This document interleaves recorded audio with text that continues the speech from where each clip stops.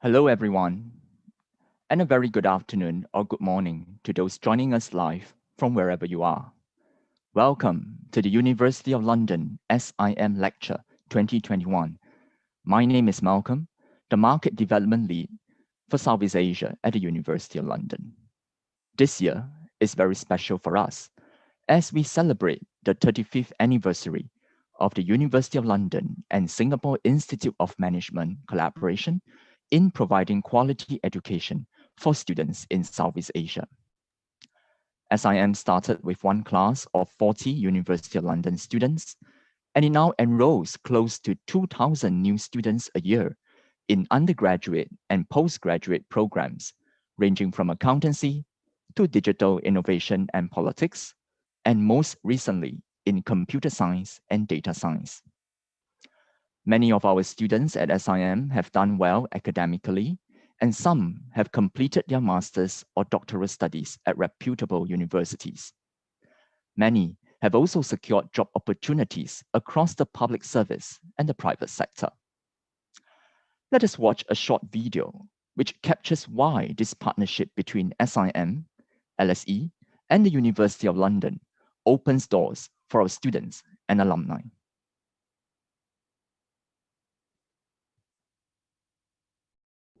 It's the unnamed challenges which are the ones we're hoping to give our students the skills, the confidence, and the competence to deal with.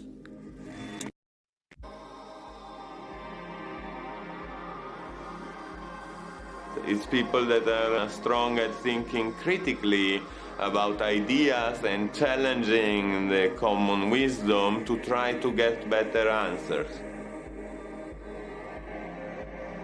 Students always carry a bit of the LSE ethos within them. What does that mean? That means going out in the workplace, it means challenging, it means making a difference, it means not accepting the status quo.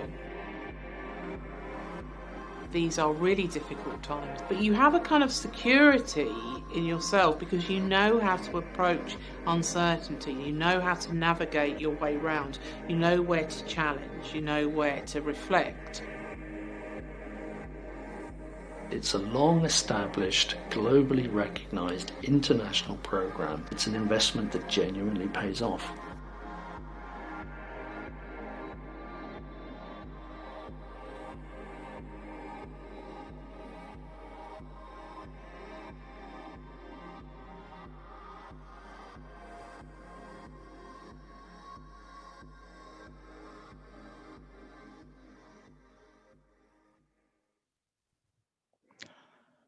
We have with us today an esteemed panel to take us through the lecture.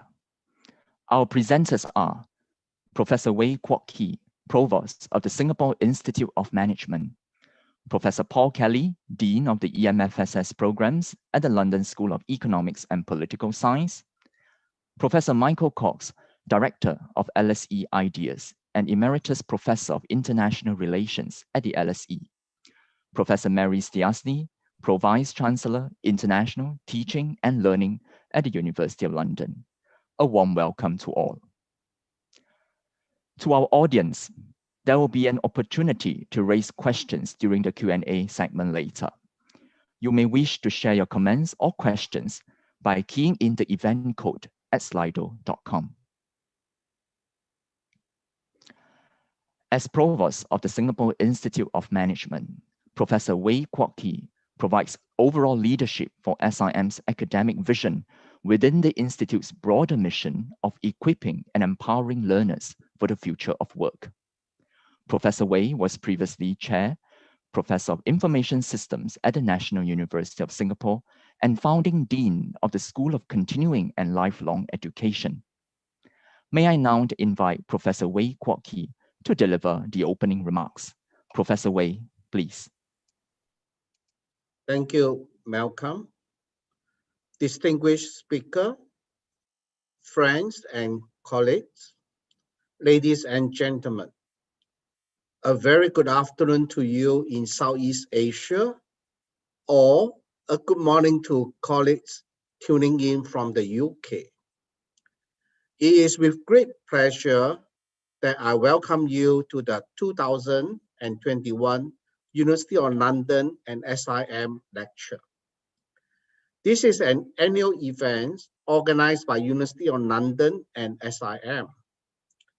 When the coronavirus pandemic set in a year ago, Professor Michael Cox's lectures had to be postponed. Instead of waiting for the next opportunity to have Michael back to SIM, we have decided to move the lecture online. Without the limitation of space and time zones, we are now able to invite more across different countries and time zones to tune in to today's talk. On behalf of SIM, I bid you a warm welcome once again. This year is especially special as we celebrate 35 years of collaborations between University of London and SIM. It is not just celebrating the 40,000 strong alumni around the world who have attained a University of London qualification from SIM. It is also celebrating how the SIM, the university, and the member institutions have enriched the lives of these alumni through a portfolio of courses, high in quality and rigorous in academic depth. The University of London program taught at SIM have academic directions by the University of College London, Goldsmiths, and of course, the London School of Economics and Political Science. We are extremely pleased to have distinguished Professor Michael Cox to deliver today's lecture. I'm sure you will enjoy the lecture. Thank you. Back to you, Malcolm.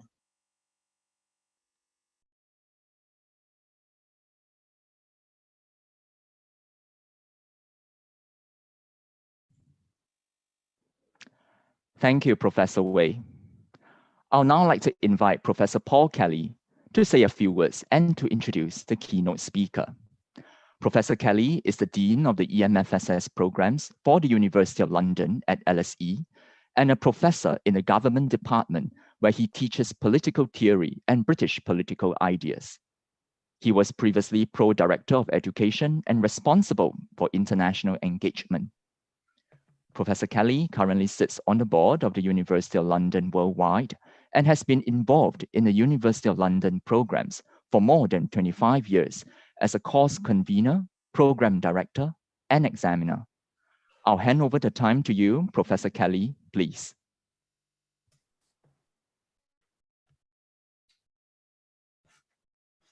Thank you, Malcolm, for that generous introduction, and to KK.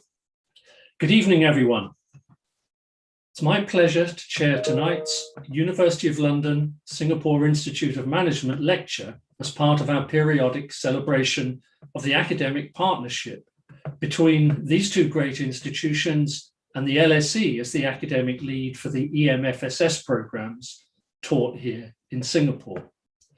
The lecture is a regular event, and I have greatly appreciated the opportunity it has raised in the past to come to Singapore and to the SIM campus to host that event.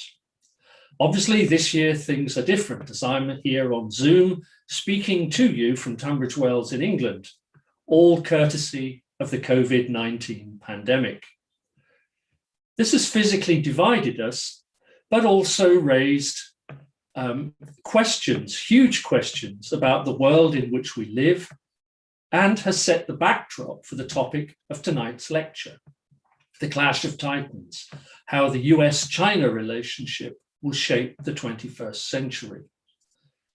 I'm particularly delighted to introduce tonight's lecturer, Professor Michael Cox, or Mick Cox as he's best known.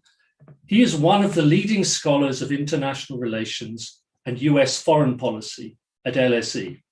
He's a founding director of LSE's foreign policy think tank, LSE Ideas, founded its predecessor, the Cold War Studies Center, with Arnie Westad in 2004. He has written, lectured, and advised universities, governments, and private corporations on US global relations, international political economy, and global transformation, including the US-China relationship, the topic of his talk this evening. He's author and editor of more than 30 books, including most recently a collection of essays, The Post-Cold War World. He's edited the standard edition of E.H. Carr's The 20-Year Crisis, and most recently an edition of John Maynard Keynes's The Economic Consequences of the Peace, and of E.H. Carr's Nationalism and After. He's also finishing a new history of the LSE. Ladies and gentlemen, it's my great pleasure to introduce Professor Mick Cox.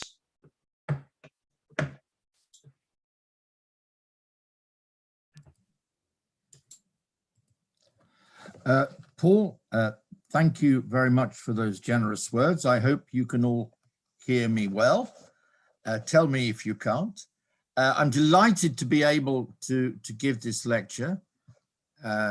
It's a great privilege for me, and I'm sorry I'm not there with you, but as Paul explained, there are good reasons why. Yesterday, you may have noticed that a speech was given in Beijing by Xi Jinping, and it was to commemorate 100 years of the Chinese Communist Party. And in that speech, he kind of gave a warning to the United States that China is not about to be pushed about by anybody, including the US. So this is clearly a relationship at the moment with a great degree of tension within it, a rivalry, if you wish to call it. And I would want to suggest, along with many other scholars, of course, both in China, here in Britain and around the world, that this relationship is going to be likely the most important one defining the rest of the 21st century. What I want to try and do in my lecture, and you've got the outline in front of you, explain how did we get where we are today. Of course, we always want to understand the future, though we can very rarely predict it. And we want to understand the present, although sometimes it's difficult to understand that. But to understand it, we need a little bit of history. So what I've done here is outline in some detail with a number of slides, which I hope you enjoy, the broad parameters of what I want to say. In the first part, I kind of outline what the lecture is about. It's about how did enemies at one stage, China and the United States, become partners in the 1970s and thereafter. Then why did new tensions arise after 2000 increasingly? And why today, as Xi Jinping seemed to say yesterday, and as Donald Trump said while he was still president, why have the United States and China now moved to what looks like an intense rivalry? The fundamental source of the conflict, as I put it in point 2, is quite simple. It may be complex in terms of detail, but it's fundamentally simple. International relations can be made simple.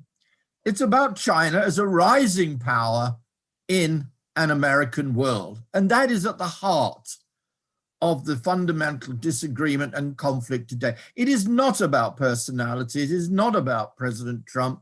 It is not about Xi Jinping.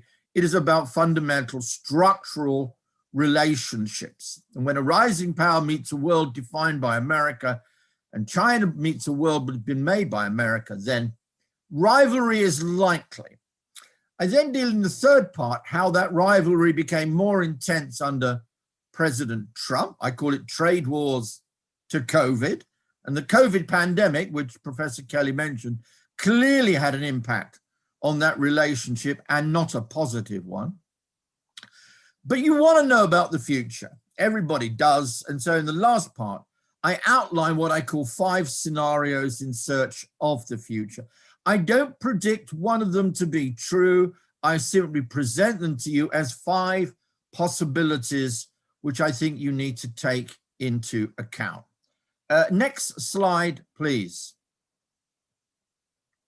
Now, we go back to enemies. I've pulled together quite a large number of, I think, rather dramatic slides. And in the first 3 or 4 of these, I simply outline enemies, the enemy moment, when the Chinese Revolution happened in 1949, led by that gentleman there called Chairman Mao Zedong. And of course, he made an alliance for many years until Joseph Stalin died with the Soviet Union.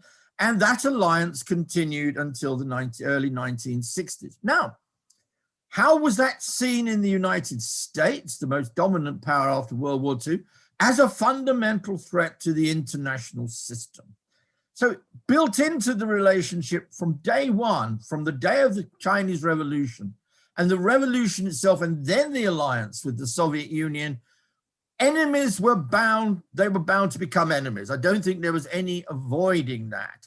And I show you here this rather wonderful, I suppose, very dramatic, very colorful poster outlining that particular relationship. You'll also notice, before we move on to the next slide in a moment, the dove of peace underneath. And I'll talk about the dove of peace in a moment, but peace between the Soviet Union and China, but enemy relationship with the West and with the United States. Next slide, please. But the Cold War did not remain cold. We talk about the Cold War, but I found again this rather wonderful Chinese poster, very revealing, very dramatic, taken from the time. This is China and the United States in the Korean War, fought in Korea on the peninsula between 1950 and 1953. And as you can see, this is not a Cold War, this is a hot war. China and the United States went to war. And as you can see here, you've got members of the People's Liberation Army pushing the running dog of American imperialism off the peninsula. And the background, obviously, of the Korean War underneath all that. By the way, I had a friend who actually was in the Korean War and said to me, when we fought in the Korean War, he's now very old, he said to me, we didn't fight the Koreans so much as we fought the Chinese. And 800,000 to something like 1 million Chinese volunteers, members of the People's Liberation Army, played a key role in preventing the United States, in a sense, reunifying Korea by 1951. Next slide, please. And of course, this is another fascinating poster, and I love these posters because they're very dramatic. It's a picture. It is better than a lot of words sometimes, I think. Your enemy is my ally. And this again is a Chinese poster supporting the Vietnamese Revolution, the National Liberation Front, or the Viet Minh, led by Ho Chi Minh, in the 1960s struggle for Vietnamese independence. And again, that brought the United States and China into very clear conflict with one another, not directly as during the Korean War, but indirectly because of the degree and level of support that China provided to Vietnam throughout the long bloody war in Vietnam, which finally concluded in 1975 with an American defeat, made in part possible by Chinese support for Vietnam. So there you have it, the enemy relationship. And it was a very profound enmity, one that still sits in the memory bank, I would say, of the Chinese Communist Party leadership today. But life moves on, history moves on. Next slide, please. Suddenly, dramatic change. Now, I'm sure you recognize both these people, but just in case you don't, one, of course, is Chairman Mao in a typical Chairman Mao kind of suit, which is not really a Western style suit, shaking hands with Richard Nixon, the running dog of imperialism. And there's Richard Nixon, a Republican, a conservative, an anti-communist, the one who had continued and prolonged the war in Vietnam. But now in 1972, one of the great dramatic moments in the history of the Cold War and in the history of US-China relationships, they're shaking hands together. The United States is beginning to try and see the possibility of a strategic working partnership with China during the Cultural Revolution, remember, during a moment when China is in turmoil. Richard Nixon, a great foreign policy president, says, we now have to work with China. And if we can move to the next slide. Next slide, please. This is a rather wonderful picture too. This is Deng Xiaoping. He's now gone to America, now formal recognition. There he is with his cowboy hat. Deng Xiaoping, an extraordinary and quite remarkable leader. My friends in China say that Chairman Mao made the revolution, but it's Deng Xiaoping who has made modern China. And part of the strategy was going to America and getting formal recognition. This is China coming in from the cold in a very, very dramatic and important way by 1978. The next slide will explain why. Next slide, please. There were two big reasons for the partnership, quite simply. The first one, that Chairman Mao, by 1972, regarded the Soviet Union, which of course was still in existence, as the main enemy. And if the Soviet Union was the main enemy, as a good realist as well as a revolutionary, Mao believed it was necessary to make a new deal. He never trusted the Americans, but make a deal with the United States against the Soviet Union. In the same way, of course, the United States saw dividing China from the Soviet Union as an important part of maintaining America's influence and power within the world. There was a second reason, however, and this connected to the economic reforms that Deng Xiaoping was to carry through beginning in 1978. If he was to modernize China, he needed the capitalist West. And to get to the capitalist West, he had to have a relationship with the most important state within the capitalist West, namely the United States of America. And I explained this new partnership as part of the post-Mao, called Chairman Mao died in 1976, Chinese leadership aimed to build a new vision, and to modernize China, it needed that relationship. So two big reasons, one geopolitical and one basically economic. Next slide, please. Now, we move on rather rapidly. There, you know where this is. This is the Forbidden City. I've been there myself many times. There, pointing somewhere, is, of course, President William Clinton with his wife Hillary and their daughter Chelsea. In other words, the partnership is now moving on and becoming increasingly important. 20 years later, between Deng Xiaoping going to America, every single American president visited China, consolidated that relationship, and it continued with President Clinton in 1998. And there's just a nice picture to show you President Clinton and his family on holiday, but more than being on holiday in Beijing in the Forbidden City. Next slide, please. And we move on a couple of years, and this is what it was about. Here's Clinton on a trade bill with China. Economically, he says, this agreement is the equivalent of a one-way street. It requires China to open its markets with a fifth of the world's population, potentially the biggest markets in the world, to both our products and services in unprecedented new ways.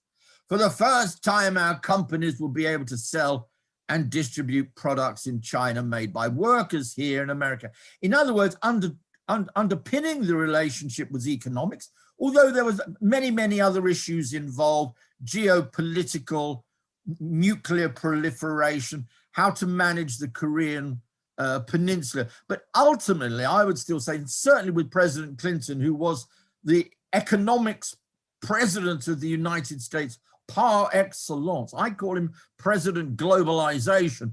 He was keen for America to become even more influential economically in the post-Cold War period, and a new economic relationship, a more profound economic relationship with China, the biggest potential market in the world, was absolutely essential. Next slide, please. But it wasn't just Bill Clinton, the Democrat. Here, of course, is George W. Bush going to China, giving a lecture at Tsinghua University. I have not lectured at Tsinghua University like President Bush, although I have lectured across the road at Beida, at Peking University. But Tsinghua is a wonderful university. And here is President Bush delivering a speech. Just to give you an image, the importance of their relationship. Presidents don't go to other countries unless it is deeply significant and important for them to do so. You pay respect by doing what President Bush is doing here. But why was he doing it? Next slide, please. Here's G.W. Bush on China a few years after what Bill Clinton had said. And it's a remarkable statement. We see a China. This is 2002, remember. This is not Donald Trump. We see a China that is becoming one of the most dynamic and creative societies in the world. China is on a rising path, recognition of the great growth of China, and America notices, welcomes the emergence of a strong and peaceful and prosperous China. The view which I have often found in China when speaking there over many years is about America trying to keep China down, preventing China rising. I think that statement by President Bush in 2002, as well as the statement by President Clinton back in 1998, would indicate quite the opposite, that America saw the possibility of great advantage in China becoming more and more powerful economically, and this in turn would help stability, would help the world economy, and in the end, of course, would help the United States of America. Next slide, please. This is a critical moment in the history of the relationship. There's the gentleman from he's actually, I think, an LSE graduate, I've been told.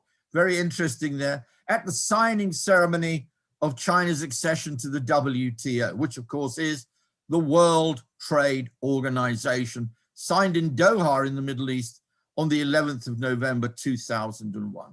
An absolutely critical, big turning point in the history of the relationship of China to the rest of the world, and of course to the United States. And the United States, without doubt, pushed this through, wanted it to go through to consolidate the relationship economically with China. Of course, it gave China then massive access to Western markets, and of course further encouraged inward investment into China, including, by the way, a large-scale investment from the United States. So this is a critically important turning point, again, one that consolidated the partnership between China and the US. Next slide, please.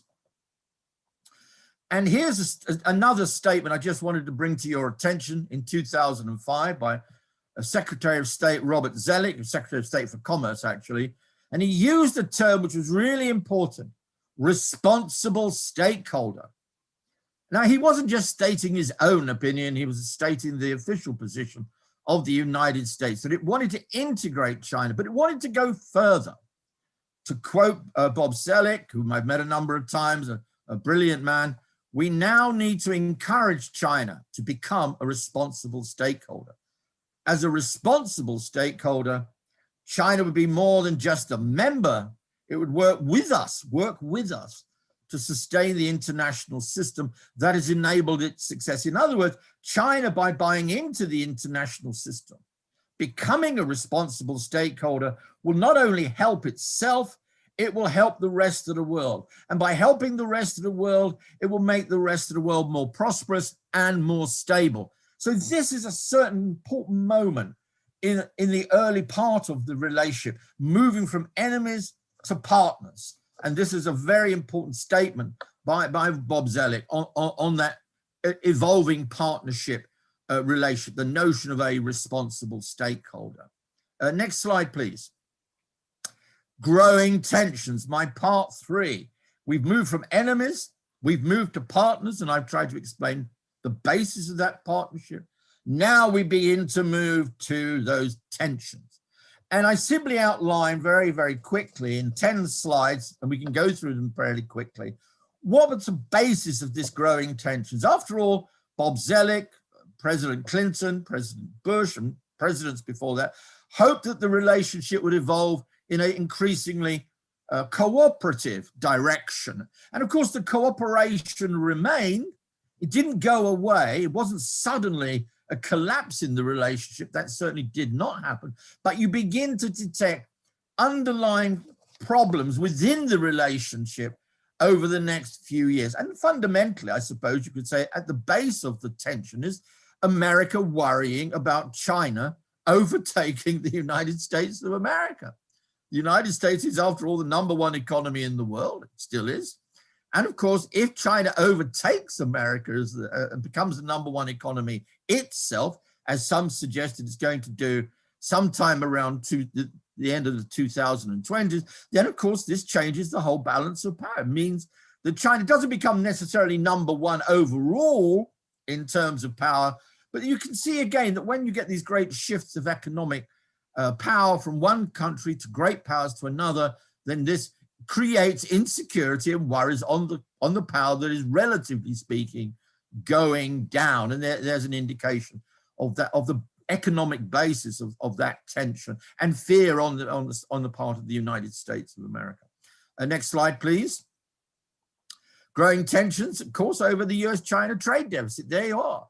By 2017, that trade deficit has risen to nearly $400 billion per annum, $375 billion. And most countries prefer not to run very, very large trade deficits. Now, I'm told by my economics friends at the LSE that you shouldn't worry too much whether you're in surplus or whether you're in deficit. All trade is a comparative advantage, economists will tell me. Well, maybe so, but when you see that kind of trade deficit opening up between China and the United States, following China's membership, by the way, you'll notice there in 2001, of the World Trade Organization, then again, the Americans start to get rather worried about the size of that deficit. Because what does that deficit mean? Next slide, please. There's a growing belief in America that many of the job losses it has experienced, particularly in manufacturing, that US jobs have been lost to many developments, technology and many other, robotics. It's not just about China leading to job losses in America, but many Americans say we've been losing a lot of jobs because of the trade deficit with China, going back again to that critical moment called the World Trade Organization, signing in 2001. And there you can see the figures rising to about 2 million, 2.5 million, 3 million, and going up to 4 million job losses, which had been calculated to have been lost by the new economic relationship with China. In other words, China is a low income country which can produce many more goods than the United States at a price the American consumer will pay. But that means that jobs get lost in the United States. Now, there's a big debate as to how far those jobs have been lost because of China, but clearly there is a belief, and perceptions are everything here, that a lot of jobs have been lost in the United States because of 2001 and the WTO. So that again is a very big sensitive issue, as you can imagine, in the US. Next slide, please. Also growing tensions. Sometimes it's called One Belt, One Road. Sometimes it's called the Belt and Road Initiative. Sometimes it's been called the Silk Road. As somebody said to me, I wish they would just have one title to describe this particular initiative. But as we know from 2013 onwards, and it's become very important for China and for Xi Jinping, the notion that they're going to go out into the world. Now, the Chinese say, and you can either accept this or not, China will say this is a win-win situation for everybody. It's a kind of way in which China can contribute to global public goods. The way that many of the Americans viewed, it's not all Americans, but certainly the Americans who are now who were grouped around President Trump, and even those grouped around President Biden today, would say that this is not about win-win, it's about win-lose. And who loses here?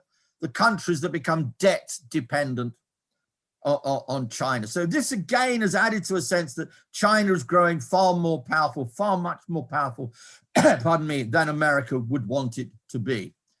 So what starts off as a kind of a trade relationship starts looking like a threat to the Americans, at least certain Americans in the administrations over there. Next slide, please.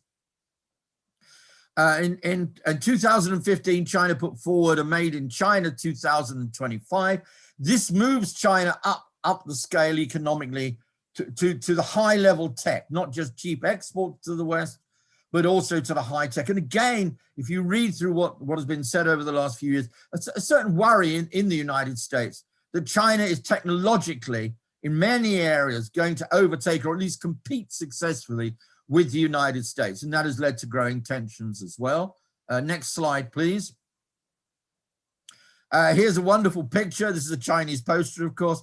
It shows President Xi Jinping and what is around him, the growing power of China, represented by an improvement in the Chinese military and modernization of the Navy, a modernization of the army, and of course of the Air Force. And we've seen many indications that, and the use of Chinese military power, particularly in Southeast Asia, at least indirectly, and in the South China Sea. So again, this gives an impression that as China grows strong, it's going to present a more formidable competitor to the West in general and to the United States in particular. Next slide, please. Well, this is your part of the country, or Southeast Asia at least. You know all about this.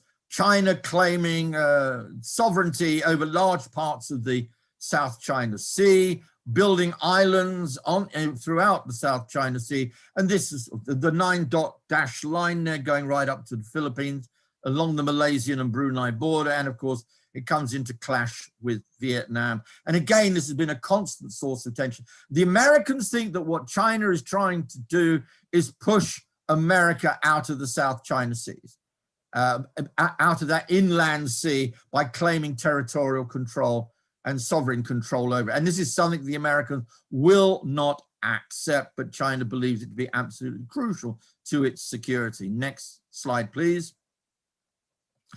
I can't leave out Hong Kong, whatever the rights and wrongs. I'm not going to get involved in that at the moment. But again, here's a demonstration in Hong Kong that again, over the last 2 years, particularly the last year or so with the new security law, has added another layer of tension in the relationships between China, the People's Republic of China, and the United States. And here again, I just simply show a picture just to demonstrate the point I want to make. It's another source of tension. Next slide, please. The Taiwan issue will not go away. And indeed, President Xi Jinping has said, if Taiwan ever tries to claim independence, then China will actually take military action. And again, why is that a source of tension? Because the United States underpins the security of Taiwan. So it's not just between China and Taiwan. It is also because the US is the guarantor of Taiwan against any further Chinese assertiveness, as the United States would see. And that, of course, could become a very, very important area of conflict. Next, please. And then finally, the whole issue of what's happening in Xinjiang, growing tensions over the Uighurs as well. So many, many reasons, therefore, for growing tensions over the last few years since the signing of the 2001 World Trade Organization agreement, and in part because of the World Trade Organization agreement. Next slide, please. So we come to rivals, my fourth part. Sorry about the slide, but I thought it rather dramatically illustrated the point I want to make. Trump always had a very deeply suspicious attitude towards China. I don't think because it was communist or because of human rights issues, about which Donald Trump was not famously in favor of, it seems, in other countries necessarily, but because China was taking away American jobs, and because China, he thought, was exploiting American naivete. And what Trump was going to do, and he made it clear in his election when he finally got elected in 2016, he would now stand up to China, China, China, China. And in a sense, it became almost a fundamental driver of his external relations with the world and with China in particular. Next slide, please. Sorry, this is a rather silly cartoon slide. WTO here means World Trade Organization. There's Donald Trump against the World Trade Organization, as indeed is the anarchist. So there's the anarchist looking rather bemused to find that Donald Trump is also holding up the banner. But again, what Trump has said is that all the trade deals we have done because of the WTO, particularly with China, has been to America's disadvantage. In other words, he's rejecting the stakeholder argument. He's rejecting Rob Selleck. He's rejecting what Bush tried to do. And he's certainly rejecting what President Clinton outlined in the 1990s of building a strong partnership, and welcoming China's rise. Clearly, Donald Trump does not. Next slide, please. This is about trade wars. This, again, is a rather silly cartoon, but many people would argue that in waging trade war against China, not only did China suffer, but so too did the United States of America. In a sense, it backfired. But whether it backfired or not, it nonetheless poisoned the relationship very, very, very, very greatly over the years in which Trump tried to implement it. And next slide, please. We then get to the COVID, made in China, from China. And once that comes into the relationship, it further poisons the relationship. So we've moved, therefore, in historical time from being enemies to partners, from partners to tensions, and now to rivals. Next slide, please.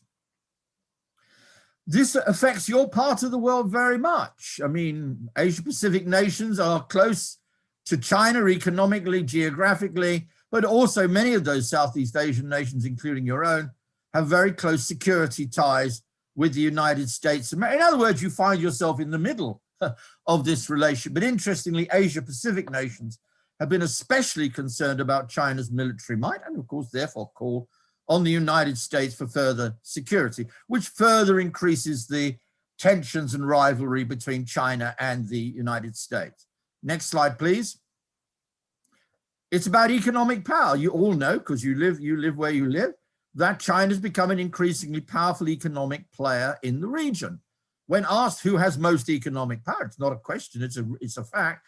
Then if you look at Indonesia, most Indonesians, Malaysians, Filipinos, Singaporeans, Thailand, Vietnamese, see that China is gaining more and more economic power in the region. That therefore puts Southeast Asian countries, including your own, in a difficult position of becoming increasingly economically related to China, but China becoming increasingly embroiled in a conflict with the United States. Do you choose sides or do you try and play with both?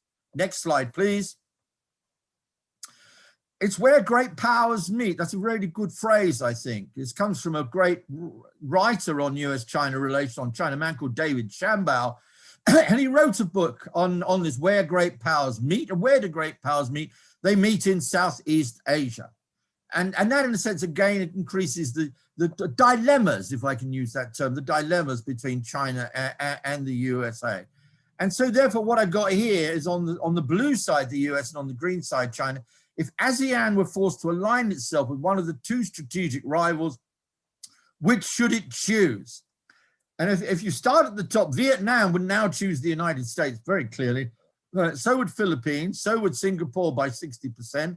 But it goes down until you arrive at Laos, which of course is a communist-led country, Brunei. So there's a difference within ASEAN, but clearly some of those ASEAN countries actually would prefer not to choose.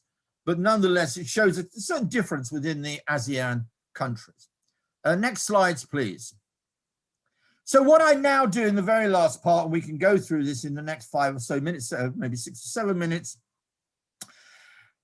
I outlined where we're going to go from here. This is a really big question. Now, I wish I could tell you I know the answer. I don't, and nor does anybody else. All we can say is there are certain scenarios we can go through to get you to think about where this relationship goes. I've just got you the most recent events on the relationship between the US and China. What that tells me is one simple thing. This is not going to be a partnership. We're not going to go back to where we were in the 1990s with Clinton, or in the early part of the 21st century with George W. Bush. I think that is past. That doesn't make you going to war. I'll talk about that in a moment. But it means that believing we can go back to a partnership, I think, is probably very naive.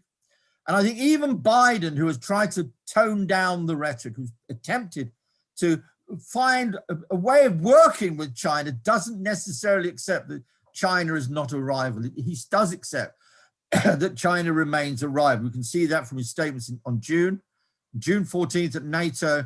June 23rd, the US even banned imports of solar panels from material made in Xinjiang because they believed it was made by forced labor.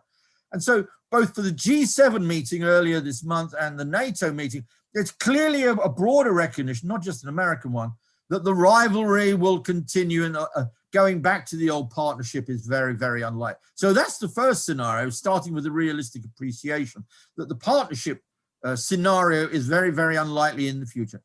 It doesn't mean to say you can't cooperate on certain key questions, nuclear proliferation, maybe even managing the world economy. We'll have to wait and see. Climate change may be an area where the US and China can work out some kind of relationship. They don't want it to tip over. That's quite clear on both sides. I think they're both rational actors, but the idea that they can become partners, as many believe they might be in the earlier part of the 21st century, I think that's very, very unlikely. Next slide, please. What about economic decoupling? This has been talked about, the deglobalization strategy, and I give a quote here from the US Chamber of Commerce. I'm a little bit more skeptical about this. I think both, and this is in a sense is the good news, I suppose. I think both the United States and China are so integrated economically, the decoupling is not likely. However, on both sides, there's no question, there's increasing critical questions being asked both in Beijing and in Washington about how close Washington and Beijing should be economically. And the pandemic has made that, I think, even more problematic. Now, the US Chamber of Commerce thinks that decoupling is likely to continue. The prospect of it becoming has never been more real. Heading towards a divorce, I think that's an overstatement, but it's not something we can rule out completely. But some level of decoupling is going to happen. The question is how much and how far will it go? Next slide, please. What I call cold, peaceful competition. That is to say, you compete peacefully, but you don't necessarily have a warm relationship, which I call a cold, peaceful competition. You could even call it a Cold War, if you want to call it that, though I'm not very enthusiastic about that designation. That China and the United States have learned to manage their disagreements without unnecessary escalation. They've done it for years. A trade war is bad, it's expensive, but it's far less costly than a nuclear war, as Doyle McManus says here. But a Cold War is dangerous, but less damaging than a hot war. So maybe we're going to have a long period of cold, peaceful competition, and that's the best we can hope for. Next slide, please.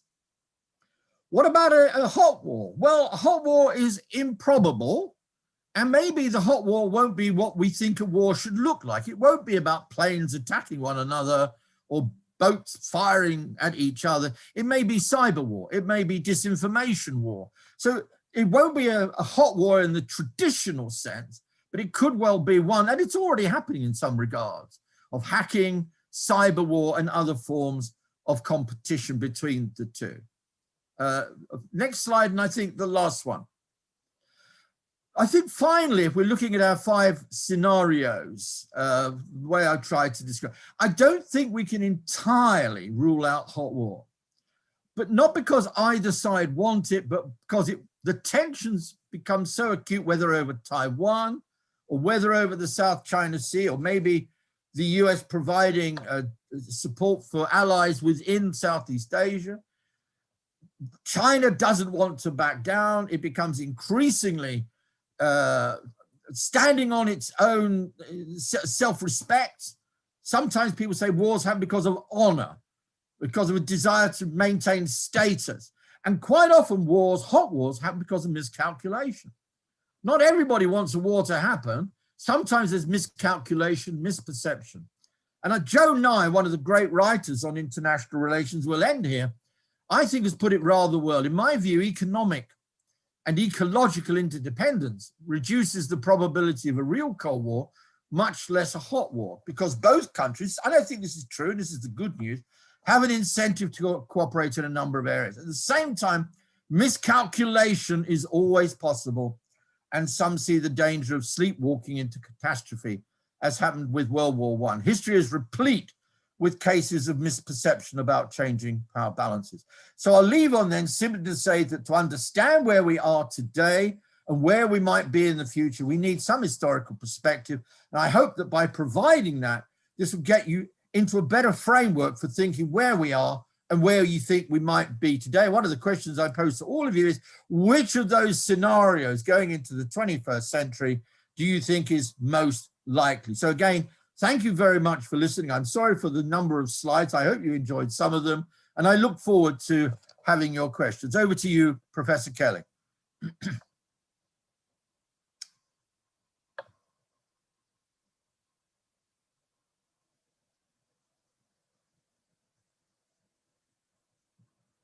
Hi, Paul.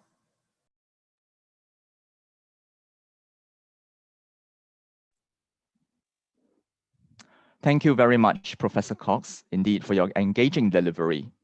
To our audience, you may now do so if you want to raise some questions and comments for Professor Mick Cox by keying in the event code at slido.com. To allow for maximum participation, it would help if your questions are brief and precise. It is my pleasure now to invite Professor Paul Kelly, Dean of the EMFSS programs at the LSE, to moderate the Q&A session. Hi, Professor Kelly. Here are some questions that just came in. Thank you very much, Malcolm, and thank you especially to Mick for that fascinating and insightful overview and discussion. I'll sit for just one moment and see those questions come in, and we'll start the discussion in just one moment. I think, as Mick says, it will be good for the audience to give some thought to the potential scenarios. Mick has deliberately chosen not to predict, but we can push him perhaps to say more about the relative strength of those scenarios. Anyway, let me start with the first question, perhaps a very obvious question in this context for Mick. How will Singapore fit into this picture? Will Singapore's foreign policy favor the Chinese more in the future? Mick. Okay, Paul, thanks for that. And thank you for that question. And I'm glad you asked that question, because I did actually want to include, obviously thinking not just about the global superpower relationship or great power relationship, but how that is going to affect your own region and affect your own country. That's perfectly legitimate. And that's why I included the 3 slides to kind of to think about that. If I might just answer that question in a very English way, I think it's going to be both. That Singapore cannot escape the economic relationship with China, quite simply.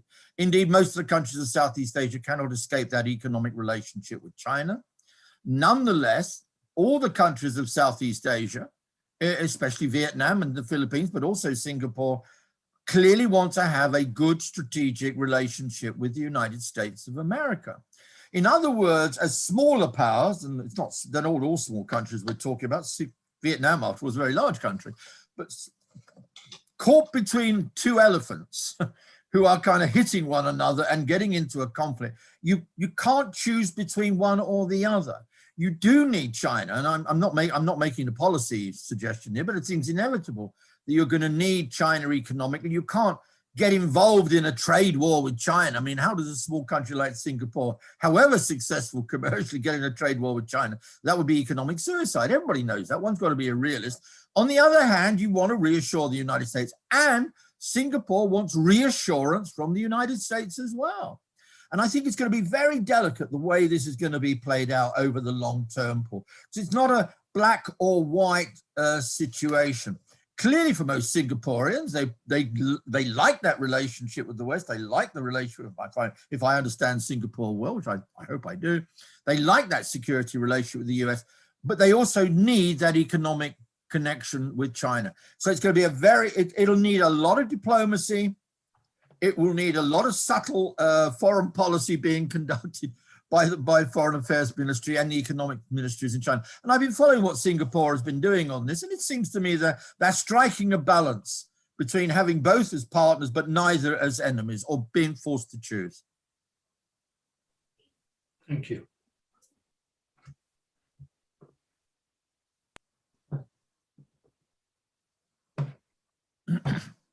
So let's look at another important question. The US is not shown to be a peaceful country thus far. The number of wars it's inflicted on others. Maybe it's time for a change to a multi-pole world. There you are. There's a challenge to the opposition. Okay, fine. Look, no great power rises peacefully. You know, let's be honest. The British didn't do it, and the United States has done it. It's fought wars both at home on its own territory to conquer America and then outside. There's no doubt about that. And I don't know any great power in history which has been entirely peaceful, though China claims it is rising peacefully. We should wait and see. I'll just leave that open. So I don't think it's a question of China, of America constantly inflicting wars on others, although it has done so. We remember the Iraq War. But the point about the United States, and this is my dilemma, I mean, I'm very critical of many aspects of US foreign policy, don't get me wrong. On the other hand, I don't know what superpower we can call upon for security or for writing the rules of the game. It's the best we've got in an imperfect world. That's what I'd always said about the United States of America. In spite of Trump, it still remains a liberal democracy. It still remains vibrant. It has a vibrant political culture. It's now deeply polarized, of course. It has a very dynamic economy. And let's be perfectly honest, in spite of all the wars it has fought, there's still a large degree of admiration around the world, at least in some countries, for what America represents on its best side. So my answer to that is yes, well, we'd be a bit more balanced, really. It's not just America going to war with everybody. It does a whole bunch of other things as well as promoting human rights, sometimes, as well as promoting democracy, sometimes, as well as promoting prosperity around the world, which it has done sometimes. It's not a perfect superpower, but as I said, Paul, I think it's the best we got. Multipolar world, yes, we are moving into that, but let me be blunt. A multipolar world is not by definition a stable world. I think we got to be very, as an IR scholar, I kind of wear my heart on one side, my head sits up there constantly in conflict.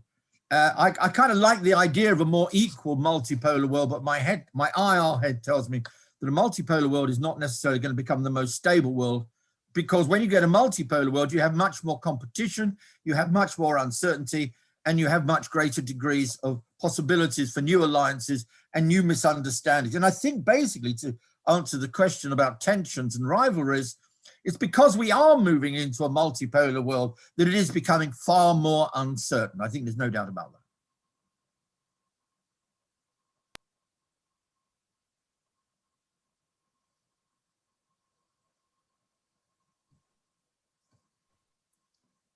Paul? Yes, I'm just looking at, okay, so in history, when a rising power comes up, it's natural for incumbent to resist. Yeah. Kishore once said. I'm pretty sure that was also Thucydides. So are we overreacting? Well, Kishore, there is Kishore Mahbubani, obviously a very famous figure in Singapore and very interesting scholar of the US-China and the relationship of the world. Are we overreacting in getting too worried? Well, I'm a permanent optimist as a human being. I have to be in the world. We need more optimism, but you also got to be a bit of a realist. So we get back to the rising power question. Look, Thucydides, the great Greek who wrote the Peloponnesian Wars, he's been more quoted over the last 10 years, Paul, than he was for the previous 1,700 years. And by the way, he's been more quoted in China and America than anywhere else, where there's whole departments now studying Thucydides and what's called the Thucydides trap.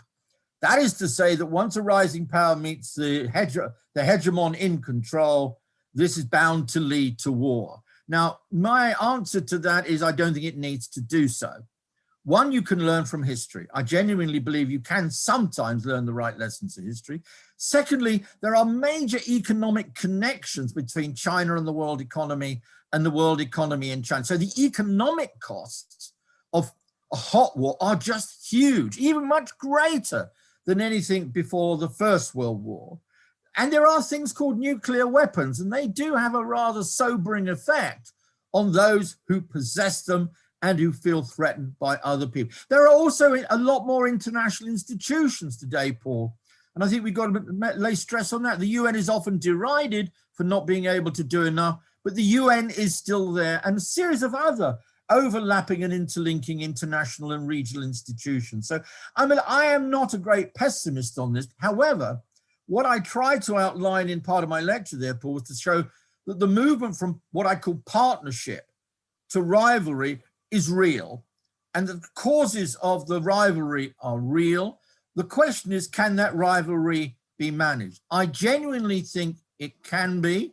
However, as I outlined at the end, Paul, miscalculation, misperception, domestic politics can also drive this. Playing to a nationalist audience at home can often be quite dangerous. As we know, some wars are driven not by elites, but by a public opinion demanding the leadership do something. So there are dangers in this relationship. I'm not overly pessimistic. I don't think I'm being too pessimistic. I think we've got to retain a degree of pessimism. I always say, Paul, plan for the worst, think the worst, and guess what? It might never happen, because you know it could. The real danger is when you plan in a way and not think the worst could happen. That is more dangerous than anything else, I think. Thank you. Next question. So here's a question about China's actual position. So China faces enormous sustainability issues, re drought, demography, and debt. Only 30% of its workforce have secondary education. Are these 4 Ds insurmountable? Well, that's a very good question, and probably better asked to somebody who's a real China specialist. I try to be read as much about China as possible, as critically and sometimes as sympathetically as possible. I try to do both. Well, there's no doubt that China faces problems, but hey, guess what? Who doesn't? You know, it's hardly original to say that China faces problems, and many more than just mentioned there, like demography and all the other things. When I was there, they were talking a lot about pollution, a lot about climate. But without sounding like an apologist, which I'm certainly not, nonetheless, I think one of the things I look at China over a very long time, as you can see. I can even remember China in the late 1950s, early 1960s. I can even remember a lot of people in the West going around, you know, shouting, "Long live Chairman Mao." You know, I go back that far, Paul. There's an advantage in being older, and not always, but sometimes, because you have a longer memory of these things. So I can remember times when China was very poor, very backward, when there only seemed to be 2 colors in China, blue and gray, and everybody were on bicycles, maybe a good thing. Look at China today and look where it's come from and where it is today. And it does say to me something. I'm not saying China has an infinite capacity to solve the problems that it has, but I think it does have a great capacity to solve the problems it has. It is largely, though not entirely, solved the poverty problem. I think some of the statistics don't give a full picture. I'm not naive about statistics. As somebody once studied the old Soviet Union, you know, you never always believe the statistics an authoritarian state provides. It has also done a hell of a lot in terms of general development. You know, you look at Shanghai 30 years ago, look at Shanghai today. You know, look at the changes that have occurred all over China. Living standards have gone up. It's becoming a middle income country. And of course, it has produced a huge amount of wealth. And with great wealth, there also becomes greater possibility of solving the problems you have. Those problems will remain. Are they insurmountable? I have to be perfectly honest, I don't know. I have worries about some aspects of the Chinese Communist Party leadership today. I don't like the idea of one man running everything. Deng Xiaoping said, let's have a collective leadership, and we seem to have moved away from that. So I'm very much in the Deng Xiaoping camp on that particular question. So there are real worries both about the issues raised in the question and also about the political system and the degree to which power has been concentrated in one particular individual. But I would remain rather optimistic over the longer term about the ability to address these questions by China. It's not going to become a perfect society, no society is. But given where it was, given where it is today, one's got to have at least some idea that it may well be able to resolve some of these key questions without solving them completely. Thank you. Let's see the next question. So let's turn to nationalism. What is your opinion on the growing nationalism in China? Is it caused by foreign aggression, or is it part of China's power strategy? Thank you. Yeah, thanks, Holly, for that great question. There's a good colleague of mine here at the ELSE, Professor Chris Hughes, and he wrote an excellent book on growth of nationalism in China after Tiananmen Square, after the repressions of 1989 and what followed, which is not discussed in China at all today, of course. And what Professor Hughes argues in his book, which I recommend people to read if they can get hold of a copy, is that after Tiananmen, the Chinese leadership under Deng Xiaoping, remember the great reformer, the great liberalizer in the economy, they deliberately went for a strong nationalist narrative in order to cement loyalty to the state, to cement loyalty to the Chinese Communist Party. And I think that continues today. In other words, it is first and foremost, nationalism is an internal issue. It is about consolidating the power of the Chinese Communist Party. That, I think, is clear. So it's not just about foreigners and what America does or anything else like that. I think first and foremost, it is an internally driven strategy for legitimation, for consolidation of power, and indeed of legitimation of the Chinese Communist Party as the great upholder and defender of the Chinese nation.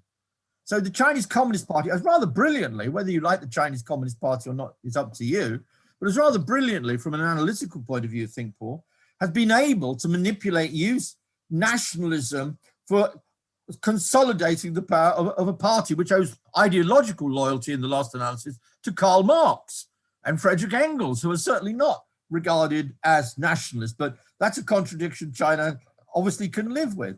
So I think first and foremost, it's internal. However, what the outside world does can make a difference. And I would be perfectly honest with you, I think it's very easy to criticize President Trump, and I'm as critical of President Trump as anybody. Nonetheless, I do think that some of his rhetoric and some of his statements about China certainly reinforced the ability of of Xi Jinping then to say the world hates us. The world is against us and the United States is against us.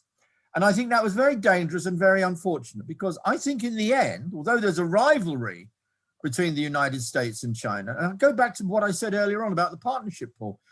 You know, I'm not uncritical of US foreign policy or its strategies towards Asia or indeed towards China, but nonetheless, you can actually see that what the US tried to do, in a sense, bring China in, not hold it down, you know, to integrate China into the system.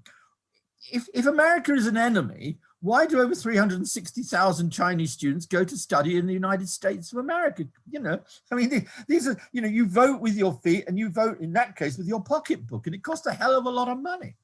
Why is that? I found amongst the Chinese students a great patriotism, but also a great, sometimes actually quite an affectionate attitude towards aspects of the American way of life, particularly the American way of life, which leads you to earn a great deal of money.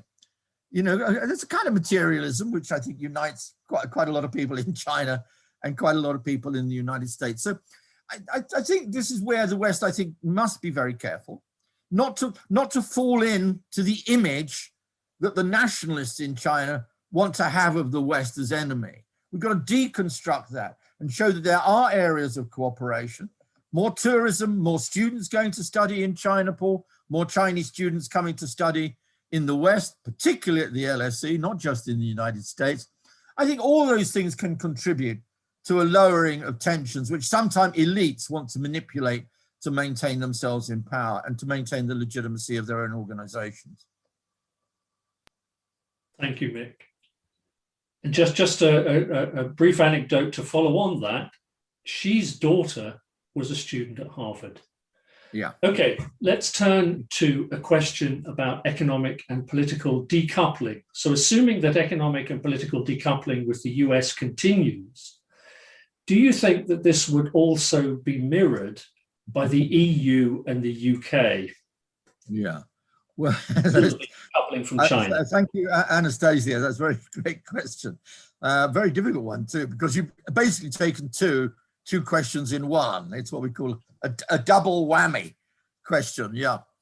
I said in my talk, and I'll only repeat what I said in the talk, Anastasia, that I think there are tendencies towards economic decoupling, but I'm not sure that they're going to go as far as some people think they're going to go, simply because too many people are making too much money selling to each other and investing in each other, particularly Western investment in China. By the way, investment in China is going from the West is going up, not down. There are areas where there's been imposed on certain areas of security, you know, like 5G. There's been areas where sensitivity about high technology, STEM subjects, you know, there are sensitivities. There's no doubt about it. In the Cold War, we had those same sensitivities too, by the way, about certain kinds of things you wouldn't want to export or certain kinds of things. There's also the question of intellectual property.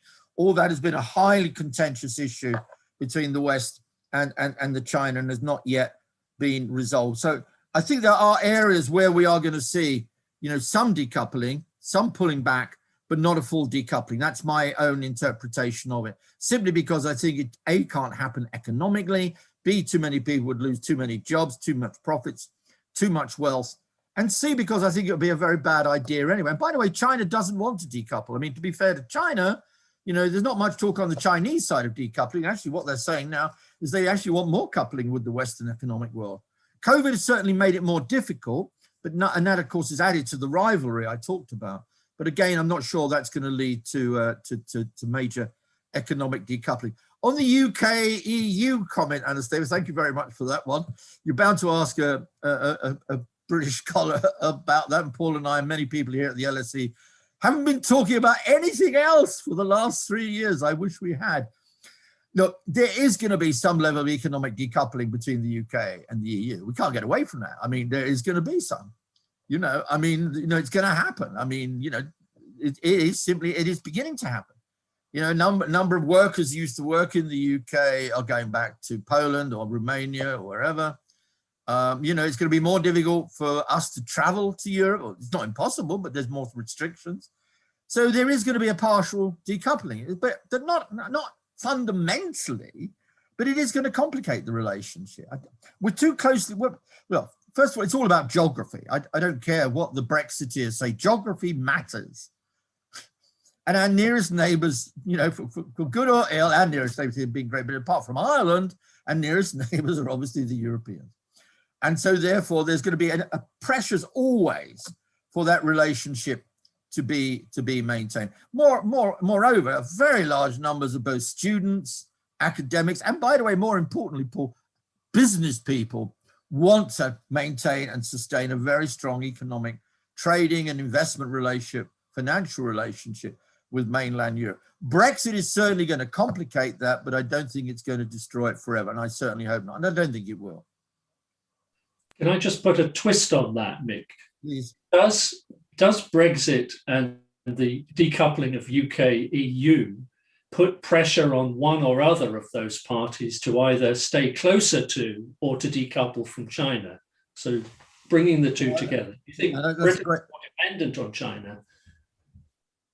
Thanks for that, Paul. I mean, again, that obviously complicates my narrative, because it's not just US-China, it's EU-China, it's UK-China. In the case of the UK, I think there's little doubt that there's two tendencies working in Britain, aren't there? There's a tendency which views increasingly China as threat. And you can see much of that going on inside the conservative side, the conservative wing of the Conservative Party, and not just the Conservatives. So there's certainly a tendency in the Conservative Party, and indeed on part of the Labour Party as well, on other issues, to see China increasingly as what they call a systemic rival and as a problem that needs to be addressed. On the other hand, you've got very powerful economic reasons to have a good relationship with China. And Brexit makes that more necessary than ever. After all, Brexit was about going out into the world. Remember when Xi Jinping came to London? You know, the new glowing relationship between David Cameron. I don't think that's going to go away entirely. And indeed, let's be perfectly honest, Paul, we welcome as many Chinese students to the LSE, and indeed British universities welcome as many Chinese and inward Chinese investment. China is involved in all sorts of economic relations with the UK now, right across the board, you know, infrastructure, all sorts of other things. But it's going to put real pressure on the UK. Are they going to choose the strategic problem, i.e. China as the rival or threat, or is it going to see China as the partner that it needs to continue moving economically forward? In a way, they're going to have to do both. You know, you're going to have to chew gum and walk at the same time. That can sometimes be rather difficult for our politicians, as you well know, Paul. Thank you, Mick. Let's go back to audience questions. So, in the UN, China is stronger than the US in terms of influence. Does it mean US is no longer a good player in the world order? Yeah, okay, quickly. I don't necessarily agree with the first statement. I mean, to be perfectly honest, you've got 5 members of the Permanent Security Council, P5, and 3 of those are Western, namely UK, France, and the United States of America. And they more or less agree on most things. They didn't agree 20 years ago on the Iraq war, but they do agree on most things. So I don't think it's entirely true to say the US is stronger in the UN. It certainly has increasing amounts of influence, certainly amongst African nations and South American nations with whom they have built up a very strong relationship. I'd also point out that Trump did not help. Trump did not help in creating and extending and reinforcing America's soft power and influence in the world. However, we do have a new president in the United States today, Joe Biden. I'll be perfectly honest, I'm very happy to say that I think this is a very good thing. I can't be entirely neutral on that. between Trump and Biden, I think it's pretty obvious who one would choose to have president of the United States. And that will, I think, lead to better relations with the rest of the world. But, you know, some of those rivalries will continue. Thank you.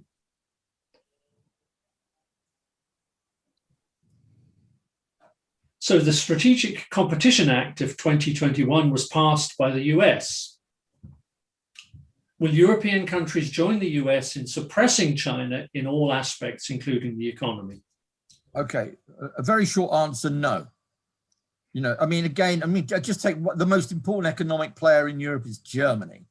And Germany under Angela Merkel, or indeed will be under the Greens, they'll want to have a strong economic relationship with China. Remember, just before Joe Biden was formally anointed, I say anointed, but inaugurated in January, the EU signed an investment relationship with China. So no, I just don't think that's going to happen. I really don't think that's going to happen.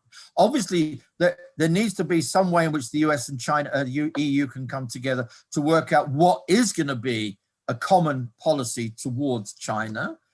Maybe the EU is going to have to move a little bit more towards the US under Biden, and the US is maybe going to have to move a little bit closer to the EU. That's not going to be an easy thing to do, by the way. But nonetheless, the answer to the question is basically no. I mean, the EU doesn't want to suppress China. China, after all, is one of its biggest markets and where so much of EU foreign investment goes. Thank you. Let's take another question. Could the true clash be between or amongst ideas? Could the solutions hope for the future be a clash of ideas in civil society and not states per se? So if we're going to have a conflict, could it be a conflict of ideas rather than states? Yeah, thanks, Debbie, for that really interesting question. I think it's a very subtle question and not one that I think is going to be easy to answer. I deal with states because that's what IR people do. You know, that is our kind of bread and butter. You can deal with international relations as non-state actors. You can deal with it in terms of economics, interconnectivity, globalization, all that. I mean, I pull it all into a larger understanding, but I do get back to states, and I can't get away from them because they exist. And the two great states in the world today, the great powers in the world today, the United States, which is still the most dominant power in the world, let me just say that. I still think there's been a lot of rather loose talk about American decline. I think America's facing huge problems, but you've got to be careful not to underestimate its power. I think, by the way, one of the things China must be very careful of is underestimating Chinese power, underestimating American power. I think they've been doing it since the financial crisis. America still has huge, huge power within it, and it's got to be very, very careful not to underestimate that American power. On the question of ideas, is there a clash of ideas? It's not like the Cold War. Let me put it like that. It's not communism versus capitalism. It's not an ideal, you know, China doesn't have an ideological drive to revolutionize the world, as did Chairman Mao, as did Joe Stalin. You know, I mean, those days are over. China is no longer a revolutionary state. So it's not a clash of revolutionary ideas, but I do think there's a clash in the way that I think you've asked the question, which could be a clash of different kinds of capitalism, if I can use the term. And I know China doesn't like to call itself capitalist. It calls itself socialist with Chinese characteristics. But let's be perfectly honest, there's a very large amount of capitalism and private enterprise going on in China today, which is one of the reasons, not the only reason, why it has done so well since 1978, opening up to the market. But I do think there's a kind of clash between two visions of what economy should be about. Would it be authoritarian with a strong degree of state control and direction, which is essentially what I call the Chinese model, maybe state authoritarian capitalism, which has been working quite well, let's not underestimate it? Or would it be a more free market style capitalism with democracy, rule of law, liberalism, and all that goes with it? I think that probably is the area where I think there is a clash, and that area of clash of values as well, I think is going to become increasingly significant. So you're quite right to ask, it is not just about power, it is also about a whole range of other issues, including values and ideas as well, but not like the old Cold War.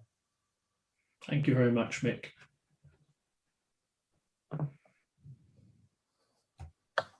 So let's take two questions to wind up this session. So how will the relationship US-China shape the export market for Southeast Asian countries, for example, Indonesia? Yeah. Let's put it bluntly, a bad relationship between the US and China is not good for exports. Instability is not good for exports. As businessmen always tell me, we like stability. We don't even care what the regime is, as long as it produces a stable environment for investment and getting your money out of a country, as well as investing it into that particular country. And this is where Trump was a problem, because he wasn't reassuring. He actually added to the degree of instability in the world more generally, not just in Southeast Asia. So obviously a more stable relationship between the United States and China, and indeed between the US and other countries in the world, not just with China, but with the Europeans and other allies, as well as its potential rivals, is, I think, quite vital, really.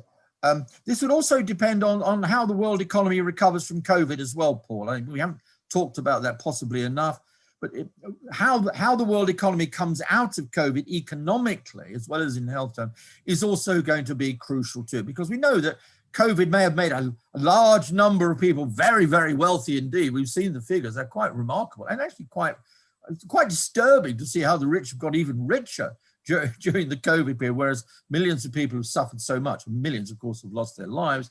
Nonetheless, how we get out of the COVID crisis economically, I think is going to be absolutely vital, because we could either see a long, slow stagnation in the world economy, because we can't get out of it. We can't travel again. We can't open up the tourist industry, all of those things. Or we could see we're going to get the vaccines around the world and not just in the advanced north, and that will then begin a springboard for what could then be a really, spurt of rapid growth coming out of the terrible crisis within which we've been finding ourselves since late 2019. So one last question. To what extent does China try to reform liberal institutions, making the world more authoritarian? Look, China is an authoritarian state run by the largest communist party the world has ever known, 80-90 million members. It doesn't pretend to be anything other than a communist party. It believes that the future of China is bound up with the Communist Party. And let's be perfectly realistic, that's almost certainly the case. You can't get around that.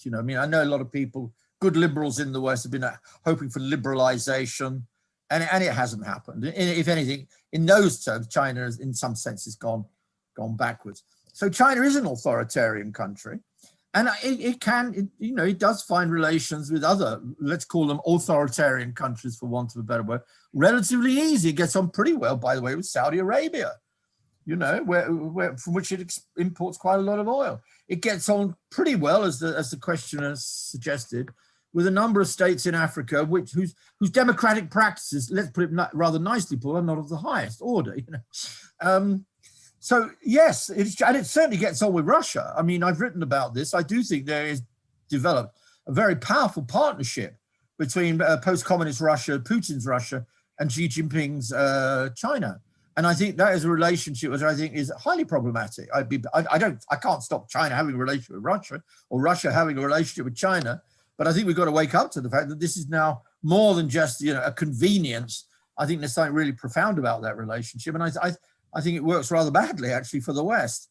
So, but that again does not prevent China having good economic relations with Western liberal democracies. And if China follows its own idea of not interfering into the internal affairs of other states, which is its principal underpinning of its own sovereignty, if it pursues that principle, I think we'll all be happy.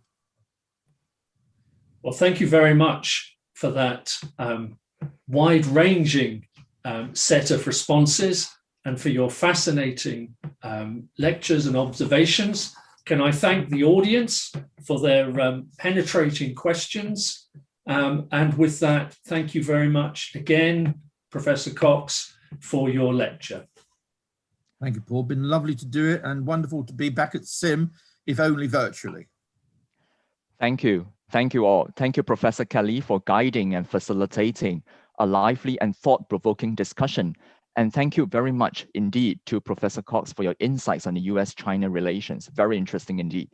Now, Professor Mary Stiasny is Pro Vice Chancellor, International Teaching and Learning at the University of London, and Chief Executive of the University of London Worldwide. She was formerly Pro-Director at the Institute of Education, now part of UCL. Professor Stiassny was awarded the OBE in 2013 for her contributions to teaching and learning strategies in the UK. May I now invite Professor Stiassny to deliver the closing remarks. Professor, please. Thank you very much, Malcolm. Professor Wei, Professor Kelly, Professor Cox, distinguished guests, ladies and gentlemen, good afternoon and good morning from London. It is indeed a pleasure to be speaking at the University of London SIM Lecture 2021, which is the first time we're holding this event fully online in view of the exceptional and evolving circumstances that we find ourselves in today. I myself was last in Singapore in 2019 to witness the graduation of some 2,000 graduates from the class of 2018 at SIM and to participate at other university-led events. The University of London is the world's oldest provider of degrees through online, flexible and blended learning. In a fast-changing environment of worldwide access to higher education, a University of London degree continues to offer a guarantee of quality, value and intellectual rigor. This reputation is based on the outstanding teaching and research of our 17 member institutions, including the London School of Economics and Political Science, LSE, and other world-leading institutions in their field. Since Queen Victoria awarded the University of London its 1858 Royal Charter, our programs have been accessible to all students through the University of London's transnational provision. Wherever they are based, our students are examined to the same high standard as those studying in London.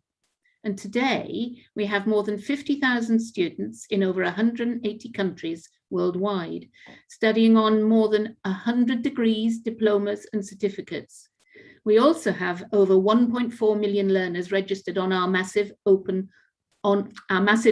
open courses, MOOCs, via Coursera.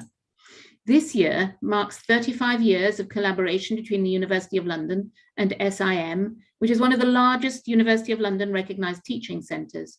In fact, this lecture series organized by the UOL SIM Regional Center, set up in 2017, underscores the long-standing relationship we've had with SIM since 1986, when we first launched the BSc Honours in Management Studies with academic direction from the London School of Economics. As a result of the rigorous curriculum and learning support put in place by University of London, member institutions such as LSE, Goldsmiths and UCL, allied to the high caliber academic support of SIM, our graduates have consistently achieved top marks globally. We're absolutely delighted that a total of 549 first-class honours graduates and 113 top student awards in the world were from the SIM, the University of London class of 2019 and the class of 2020. I would also like to extend my appreciation to all our alumni who've taken time to join us today. You are valued members of the University of London alumni community, a diverse and inclusive network of more than 1 million graduates in over 190 countries, providing you with lifelong links to the University of London and to each other. Looking ahead, we will continue to live in a world that will no doubt be in constant flux and change, shaped by regional and global economic and political dynamics beyond our control. Indeed, the theme for today's lecture has provided an opportunity to explore and reflect upon these pressing issues, many of which are intertwined and shape the discourse between two of the world's most powerful economies. I'm heartened to hear the various perspectives and the quality of the questions raised. Importantly, all of these views pave the way for further inquiry and inform the breadth and depth of ongoing scholarship and socio-political discussions about the US-China relations, in particular, their approaches on good governance and the common resolve to mitigate the challenges that confront the human condition. To this end, the University of London's new ambitious strategy for 2025 addresses several of these challenges by harnessing our collective strengths as a federation of world-class universities and by forging the way forward as part of a modern, digitally enabled global community in pursuit of learning excellence. Our strategy exemplifies an unrelenting focus on widening access and reinforcing our position as the UK's leading provider of online and blended learning, creating cutting-edge programs and flexible pathways, as well as opportunities in an extended range of countries. We also aim to become the UK's major provider of innovative intellectual exchange and effective public engagement, of which today's lecture and the accompanying discussion embody some of the values that we continue to uphold. That is, advocating for positive change and providing thought leadership in the areas that matter most. On this note, I extend our very deep appreciation to the London School of Economics and their professors Michael Cox and Paul Kelly, as well as Professor Way, Provost of SIM, for your contributions and invaluable insights today. And finally, to you, our audience, thank you very much for sharing your thoughts. In particular, I also want to take this opportunity to encourage our alumni and students to stay connected with university and to make the most of the benefits and services available to you. We are proud of our thriving community, particularly of our community of alumni and students, and hope that you will choose to stay in touch and to update your contact details via the alumni pages of our website, if you're already alumni, and soon those of you who will become alumni when you graduate. And now let me hand back to Malcolm. Over to you, Malcolm, please. Thank you all. Thank you very much, Professor Stiasny. We would also like to thank all speakers for taking time to share with us your invaluable experiences and views on the theme of the lecture today. To our audience, thank you very much for your support and participation. We hope this was a useful discussion for you. Please take a few minutes to give us your feedback. We will show the QR code in a few moments. If you wish to complete the survey at your own time, you may look out for it in your post-event email. Once again, thank you for joining us today, and we hope to see you at our future events. Keep healthy and stay safe.